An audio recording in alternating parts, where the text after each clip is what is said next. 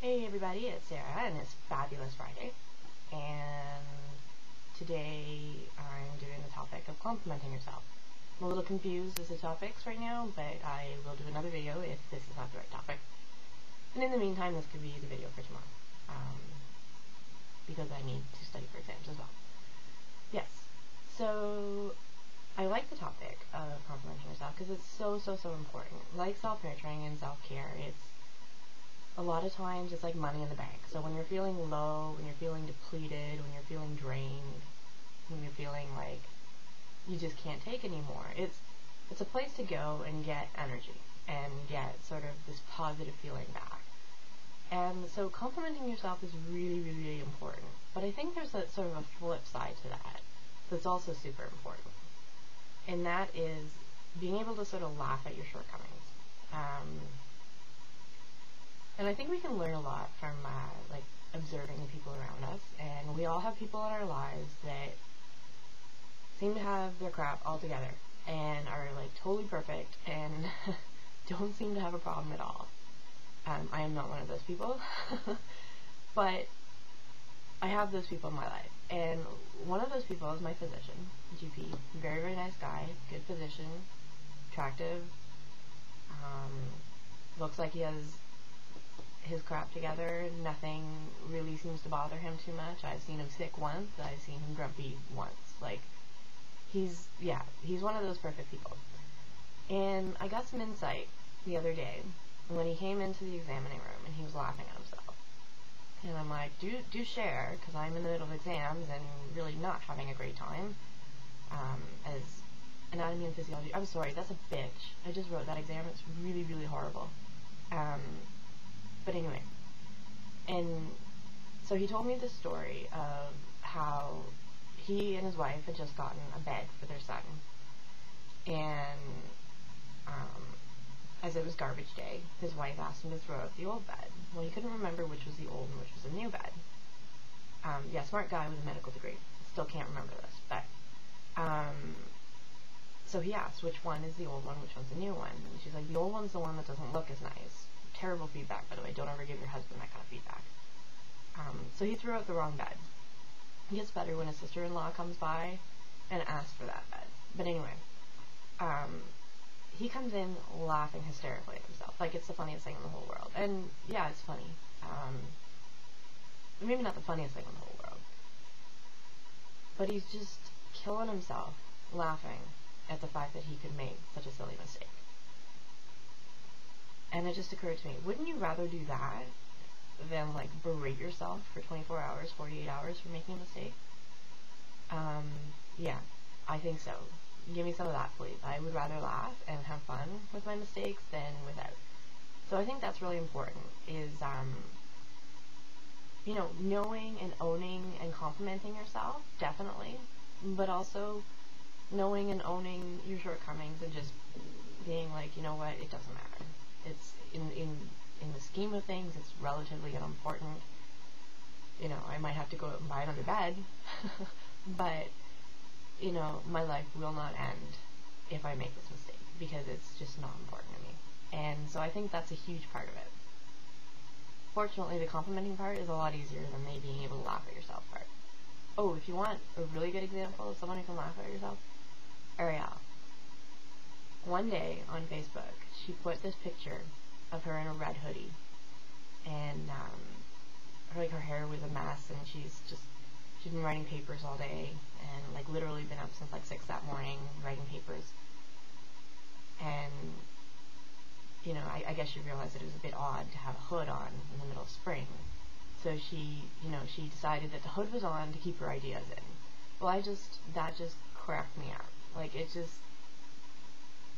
you know, embrace your quirkiness, embrace your oddness, embrace, you know, what makes you interesting, and laugh about it, and just love it, because it's you, and there isn't another person out there like you. And, you know, chances are, what you look at as imperfect makes you unique. So that's one side of the story. It's the harder part of the story. So let's try and focus on the easier part, which is the complimenting part. The thing about compliments is that they do have to be genuine. I could sit here and be like, I am the most drop-dead gorgeous person in the world, and I can stop every car on the street with my drop-dead gorgeousness. Well, A, that's not really true. B, I don't believe it. So, like, there's no reason for me to give myself a compliment like that.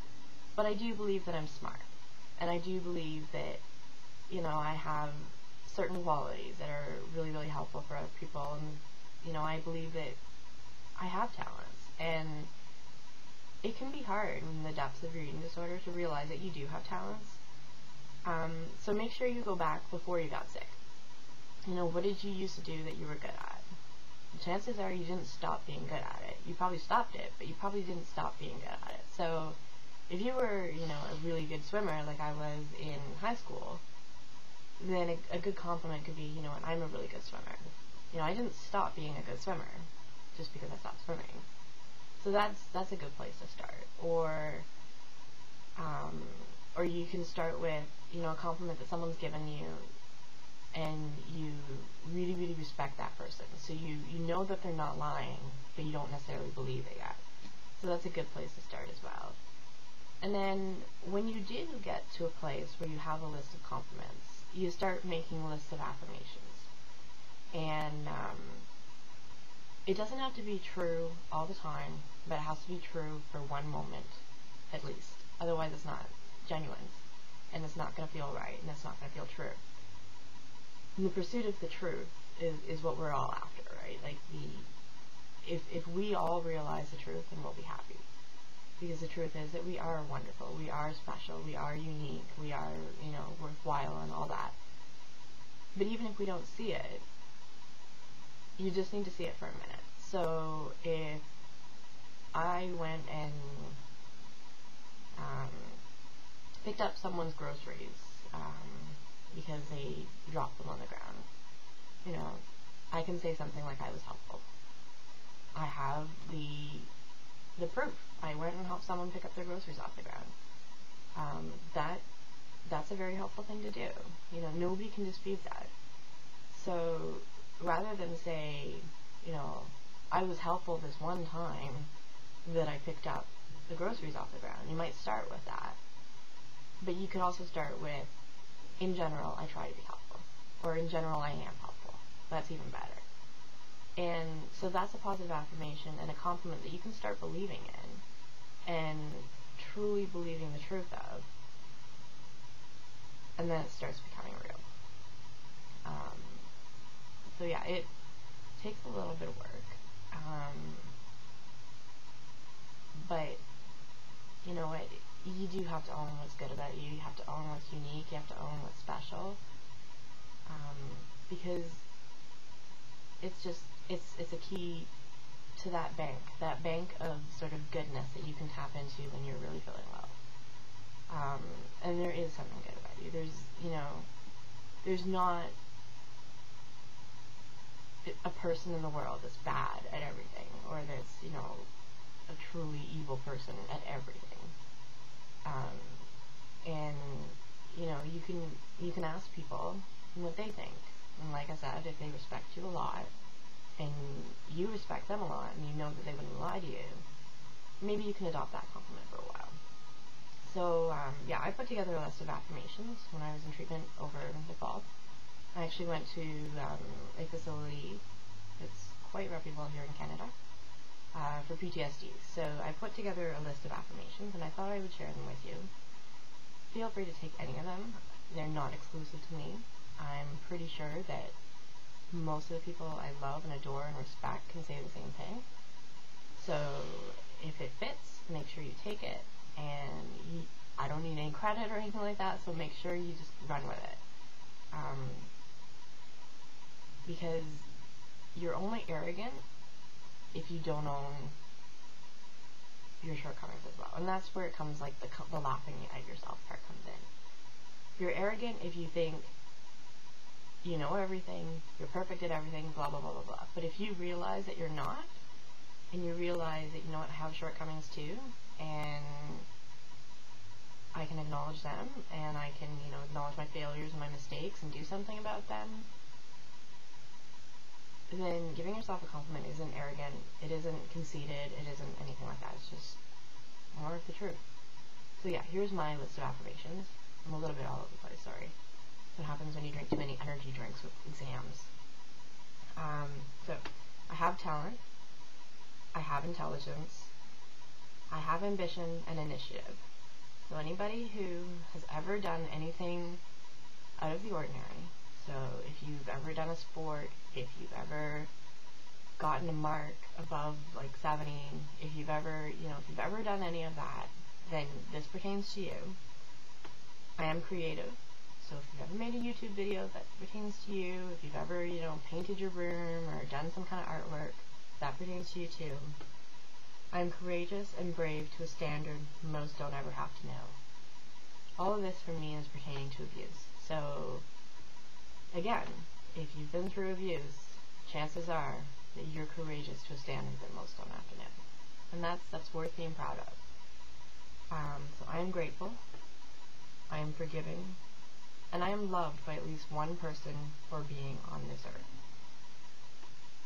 I am capable, and I am deserving. I have a voice that I am learning to use. I aspire to love myself. I am strong and loyal to what I believe. I am generous and accepting. I can dream, and the limits of my imagination are endless. I am good at picking myself up after I fall, as most of you are as well. And I am resilient. I can nurture hope and develop a purpose I can be proud of. I am learning patience. I have a right to my recovery, and I am worth helping. I am enough, and I am lovable just the way I am. So creating something like that and having it close to you is very, very comforting. And the thing about compliments, like I said, they're only arrogant if they're A, not true, which nothing is going to feel true, so don't worry about that yet. Like, just put together some compliments first. Or B, if you don't also acknowledge your shortcomings, which I'm pretty sure you're pretty good at doing, which everybody with any disorder is good at acknowledging their shortcomings. The other thing is, I really truly believe in recovery that you can't go back. So once you truly start to believe things like I have talent, I have intelligence, I'm creative, I'm courageous, you can't start unbelieving them. Regression is nearly impossible. So make sure you put together a list of things that you can believe about yourself for a moment, or things you want to believe about yourself, things that you're working towards, and keep that very, very close, because, most people in that voice, or most people in the world, have that voice in their head already that says that they're worthwhile and that they do good things and they have a good sense of humor and whatever else their strengths are. Most of us as people with eating disorders only have that really harsh, mean voice that says we're good for nothing. And it's just simply not true. So, take care, everybody, and I will maybe see you tomorrow if I have the wrong topic. Okay, bye.